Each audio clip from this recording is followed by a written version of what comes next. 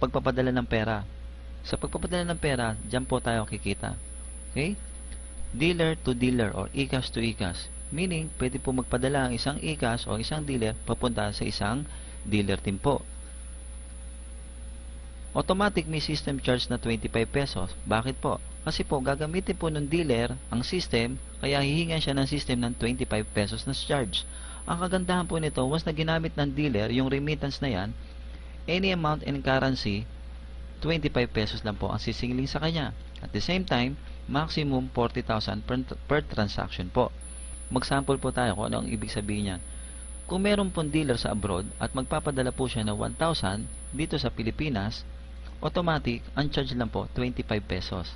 Imagine niyo, from abroad, nagpadala siya ng 1,000 papunta sa Pilipinas, 25 pesos lang po. Kung $2,000 yan, 25 pesos lang din po. What if kung wala naman kayong kamag-anak? Siyempre, kikita kayo dito sa pamagitan ng service charge. Plus, additional 10 up to 30 pesos na outright income nyo po. Papaano po yan?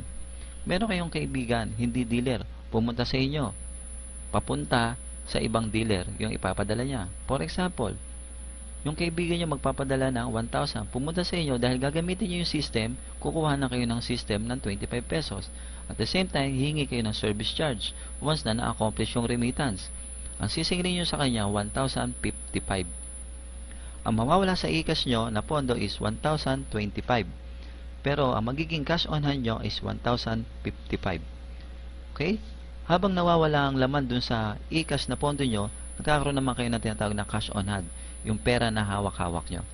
Assuming nyo na lang meron kayong 30 pesos na service charge sa remittance. Sa loob ng isang araw, meron kayong 10 transaction, kikita kayo ng 300 pesos per day. Sa loob ng isang buwan, meron kayong 9,000 per month. Okay? Sa bills payment po, paano ang kitaan? Dahil dealer ka na, pag ginamit mo yung system, matcha-charge ka ng 10 piso. Meralco, Smart Pro PLDT, and other bills payment na transaction.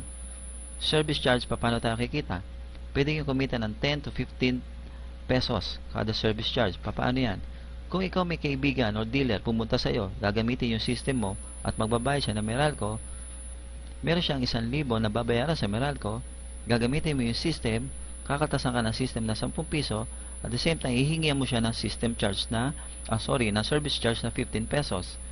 So, magiging cash on hand mo is 1,025. Ang mawawala sa e-cash pondo mo is 1,010. Pero magiging cash on hand mo is 1,025. Kasama na dun yung service charge mo. Assuming na lang, meron kang 15 na service charge. Araw-araw, meron kang 10 transaction. Meron kang 150 na kinikita. Sa loob ng isang buwan, meron kang 4,500. Pero, meron lamang pong limitasyon ang bills payment. Hanggang 10 transaction lamang po siya per day. Bakit po? Kasi po, ang merong unlimited na bills payment lamang po na pinapayagan ng GPRS ay yung pong mga nag-franchise po ng 1.2 million. Dahil ito pong business na to ay pang personal lamang at para sa inyo lamang po, binigyan po tayo ng limitation na hanggang 10 lamang araw-araw. Okay? Ito po ang sample ng bills payment receipt, kung saan pwede nyo pong itong isulat itong reference number na to sa likod po ng Meralco bill nila. At the same time, itong transaction date at oras po ng pagbabayad nila. Next, ticketing income projection. Paano pa tayo kikita? Kung ikaw ang dealer, ginamit mo ang system, kukuha na ka ng system charge na 200 kapag nag-local ticket ka, pag international 500. Ang kagandahan nito, lahat ng eroplano pwede mong i-ticket o pwede kang mag-book sa lahat ng eroplano. Paano ka kikita? Sa pamamagitan ng markup or service charge. Sa local tickets, pwede kang magdagdag ng 150 to 300 pesos. Assuming mo na lang meron kang 20 tickets sa loob na isang buwan, pwede kang kumita ng 6,000 per month. Kung international ticket naman, pwede kang kumita ng 750 hanggang 1,200 na kita. Kung meron kang 20 tickets, so meron kang 24,000 per month na income. Ayan po ang sample ng airline receipt. Kung saan nandiyan na po lahat ng itinerary niya, pwede nyo po siyang i-edit kung saan pwede nyo pong idagdag yung pong service charge or admin fee na sinasabi. Okay. Earn more from your loading business. Ano po ito? Unified loading system, kung saan gagamit ka lamang ng one SIM all networks. Kung wala ka naman cellphone, pwede mo gamitin ang web loading system or online through internet. Direct sales. Ang direct sales po, ito po yung sinasabi na pwede mo pong ibenta sa ibang tao. Ano po yung ibebenta nyo? Ang ibebenta nyo po ay ito po, business opportunity to other people. Magkakaroon po sila ng business sa pamamagitan ng binebenta nyo po. Ano po yung ibebenta nyo? Nung sumali po kayo sa GPRS na global dealer, binigyan po kayo ng 65 peraso na RIC. Ang RIC po ay ang retailer card. Ito po yung ginagamit ng isang tao para pwede po siya mag-loading business. Ito mo retailer card na po ito ay activation fee lamang. So wala pa po siyang load. Pag yan po ay naibenta nyo sa 65 na tao sa halagang 300, babalik na kagad sa inyo ang inyong pinuhunan na 14,998. Kasi po, ang total po niyan is 19,500, yan 65 peraso. Kumita na po kayo ng 4,500. Okay, ito po yung traditional loading system kung saan ito po yung kasalukuyan nangyayari sa mga store o sa mga tindahan. May Smart, Globe, Sun. May tigi-tigisa po silang load wallet. Sa tatlong cellphone, meron po silang 1,500 load wallet. Imagine niyo kung isang area lamang po ay malakas ang Smart, hindi na po gagana ang Globe at Sun. Kung malakas naman po sa isang area ang Globe, paano po ang kita ng Smart sa ng Sun? Okay? Samantalang dito po, sa retailer card, once na inactivate na isang user o na isang pinagbentahan nyo, gamit ang cellphone niya, inactivate sa GPRS, gamit yung one SIM card, one phone, kung ano yung ginagamit niyang kasalukuyan na SIM card, smart man yan o Globe or Sun, pag na-activate, kahit ang load wallet lang yan is 500, kaya niya na loadan ng Sun, Globe, ang Smart. Na ma-maximize niya po ang load wallet kahit 500 lamang. Unlike po sa traditional, natetenga po ang load wallet ng ibang network dahil mahina sa lugar nila. Okay. Paano kung may kita po yung retailer? Yung binentahan nyo po ng retailer card. So, pwede po siyang kumita ng 10 to 12% for every load wallet na nabebenta niya. Kung titignan natin ang per network na kitaan, imagine nila natin, i-assume na lang natin na tig to 12% po ang kitaan ng per network. So, meron po silang tig 60 pesos. I-assume na lang po natin yan na ang kitaan po ay tig to 12%. 180 times 30 days, yan po ang possible na kitain ng isang retailer nyo, 5,400. Assuming na lang na you get 12% po na total retail income. Computation for Smart, Globe, and Sun only. Imagine niyo kung gamit nyo lang po yung retailer card, lahat po ng percentage nasa inyo po.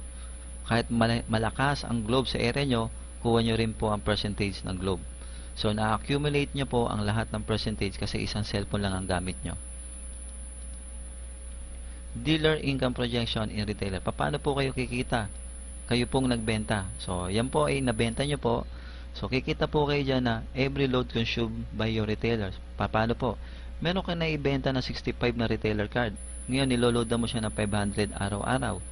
So, ang lumalabas sa iyo araw-araw na load is 32,500 sa 65 na retailer mo. Sa loob ng 30 days, ang lalabas sa iyong load is 975,000 kung saan kikita ka ng 2%. Yung 2% na yon is equivalent 19,500 per month. Imagine niyo na lang yung 65 retailers nyo nagpapaload sa inyo araw-araw na 500. Meron kayong 19,500. Assuming nyo na lang isang retailer na lang nagpapaload sa inyo na tig 1,000 naman, tigwa 1,000 everyday. Yung isang retailer. 1,000 times 30 days. So, 30,000. Yung 30,000 na yun yung 2% nyo. Kunin nyo po doon. Yun ang kita nyo. The more retailer, the bigger your earnings. Paano kung wala na akong retailer card? Isipin nyo. Makakakuha po kayo ulit sa opisina. Makakabili po kayo sa halagang 150 na lang po. Hindi na po siya 300. Kasi meron po siyang 50% discount. Okay. You already start the traditional plus franchising ng GPRS. Kung saan, sa small capital, kumikita na po kagad kayo. So, meron ho bang risk? Sa tingin ko po, wala pa ako nakikitang risk. Kung meron kayo napapansin, tingnan po natin sa mga susunod kung lalabas yung risk na hinahanap natin. Kasi po, ako po, wala pa po ako nakikitang risk. Okay. Idagdag na natin yung multi-level marketing. Ano bang multi-level marketing? Share mo lang yung business. Sa pag-share mo ng business, namumultiply yung kita mo. At the same time, nagkakaroon ka ng long-term income. Papaano yan? Okay. Gagawa po tayo ng system kung saan gagamitin na natin yung multi-level marketing or tinatawag natin networking. Pag-usapan natin paano tayo kikita sa pamamagitan ng direct referral incentives. Kailangan daw makabuo tayo ng left and right or binary. Okay? Kailangan meron tayong tao sa left, Kung saan once na tayo ang nakapagpasali sa kanya at sumali ang tao na yan, na kaibigan nyo, automatic bibigyan tayo ng company ng 1,000 as direct referral incentives.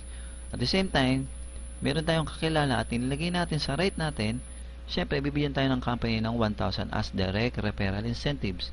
So meron tayong kinita na 2,000. At the same time, nabuo natin ang left and right. Paano yan kung meron tayong kaibigan? Saan natin siya ilalagay? Meron tayong left and right. Either sa ilalim ni left or either sa ilalim ni right. Assuming na lang natin ilagay natin sa ilalim ni left ang isa nating kaibigan. Yung 1,000 na direct incentive sa iyo pa rin yan dahil ikaw ang nakapagpasali. 1,000 referral invites as many as you can. Kapag marami ka na mapasali na direct mo, marami kang 1,000. Paano naman kung hindi naman ikaw nagpasali or indirect referral? Paano kakikita?